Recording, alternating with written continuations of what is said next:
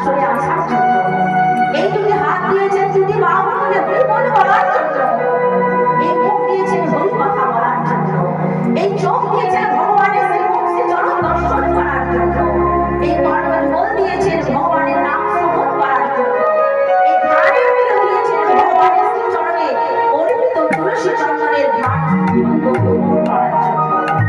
কিন্তু বাবা আমরা তা করি না। আমরা কিসে মোহ, কিসে আসক্ত আমাদের।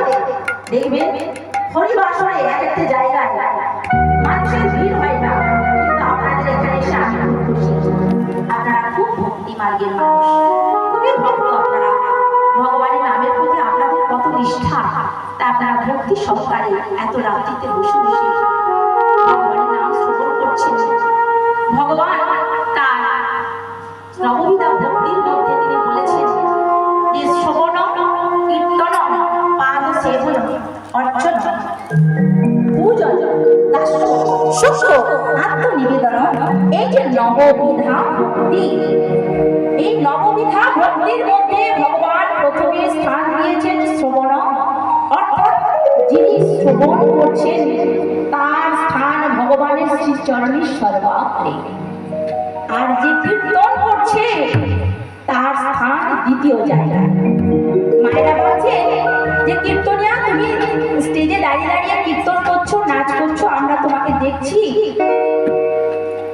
ভগবানের কাছে তুমি আগে জায়গা পাবে না, আমি আগে জায়গা পাবো। আপনারা জায়গা পাবেন ভগবানের চরণে।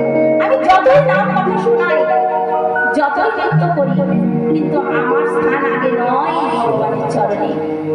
আপনারা বসে বসে ধৈর্য সহকারে শ্রবণ করছেন, আপনারা ভগবানের প্রথম স্থানের ভক্ত। আপনাদের স্থান ভগবানের শ্রীচরণে সর্বপ্রথম।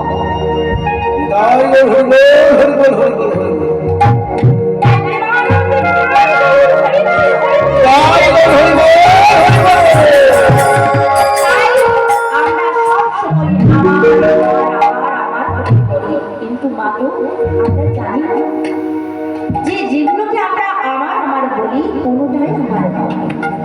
এই যে আমার দেহ, এই দেহটাই আমার নয়। আমি এখনই যদি না করতে করতে এই স্টেজের মধ্যেই যদি আমি আমার আত্মা হারিয়ে ফেলি, আমার আত্মাটা যদি দেহ থেকে নির্গত হয়ে যায়, তাহলে সে আত্মা যে পৌঁছাবে ভগবানের শ্রীচরণে। তবে হ্যাঁ, ভগবানের শ্রীচরণে পৌঁছাবে কিভাবে? তার নাম স্মরণের মধ্য দিয়ে। তার নাম স্মরণ যে করবে তার আত্মা ভগবানের চরণে যাবে। কিন্তু দুর্লভ মানব জন্ম লাভ করে কেউ যদি তার নাম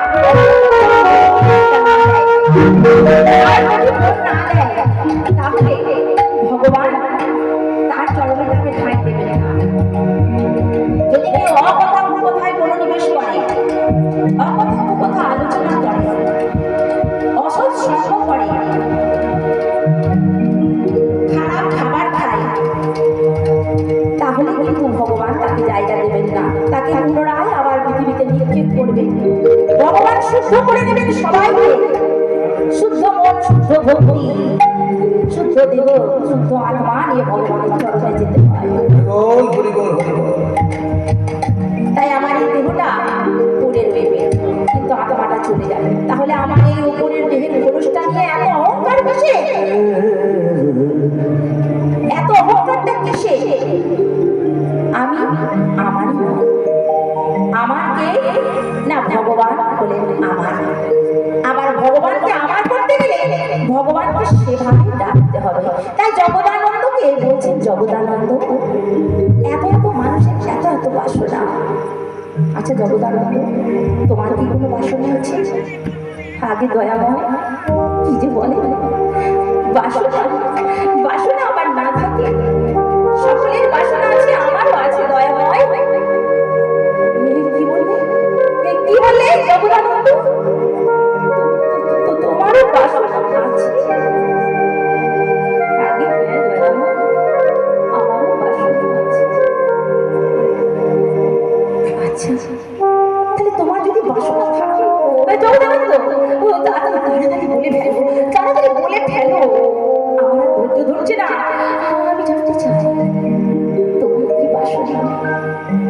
তবে শুনবেন প্রভু আমার কি বাসনা। আমার ভরসা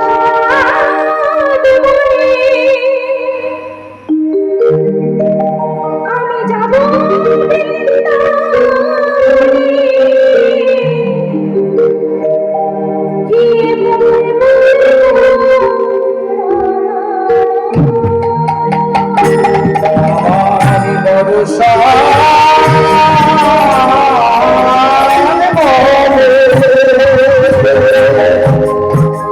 যাব বৃন্দাবনে বলিব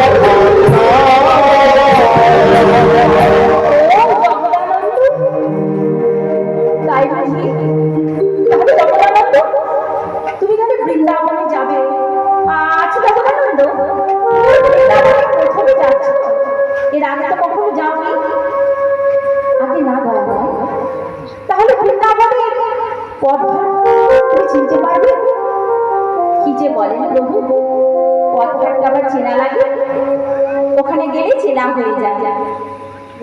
আচ্ছা জগদানন্দ, বৃন্দাবনে গিয়ে বুঝি কিছু খেতে নেই কেন? প্রভু খেতে নেই কেন? খেতে আছে। ও বুঝি খেতে আছে? হ্যাঁ খেতে আছে। আচ্ছা জগদানন্দ, ওই বৃন্দাবনে গিয়ে কি কি খাওয়া যায় বলতো? প্রভু আপনি জানেন আমি বৃন্দাবনে গিয়ে কি করবো? তবে শুনুন,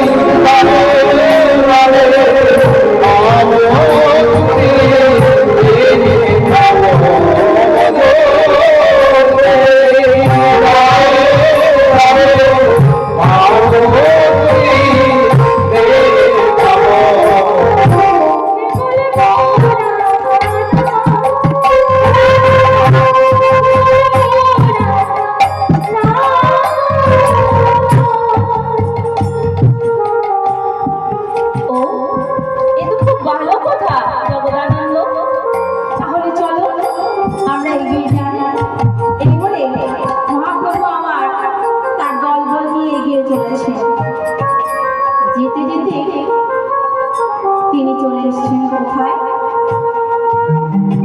না সেই গোপীনাথের মন্দিরের কাছে, রেমুনার কাছে। রেমুনা গ্রাম, সেই রেমুনায় আছে গোপীনাথের মন্দির। তাই চৈতন্য মহাপ্রভু, শ্রীকৃষ্ণ চৈতন্য মহাপ্রভু তার ভক্তদের নিয়ে সেই গোপীনাথের মন্দিরের সামনে এসে উপস্থিত হলেন এবং ভক্তগণকে বলছে, ভক্তগণ এই দেখো আমার গোপীনাথ, এই হলো আমার গোপীনাথের মন্দির, এসো তোমরা প্রণাম করো। এবার ভক্তগণ সেই রেমুনার গোপীনাথকে প্রণাম করছে।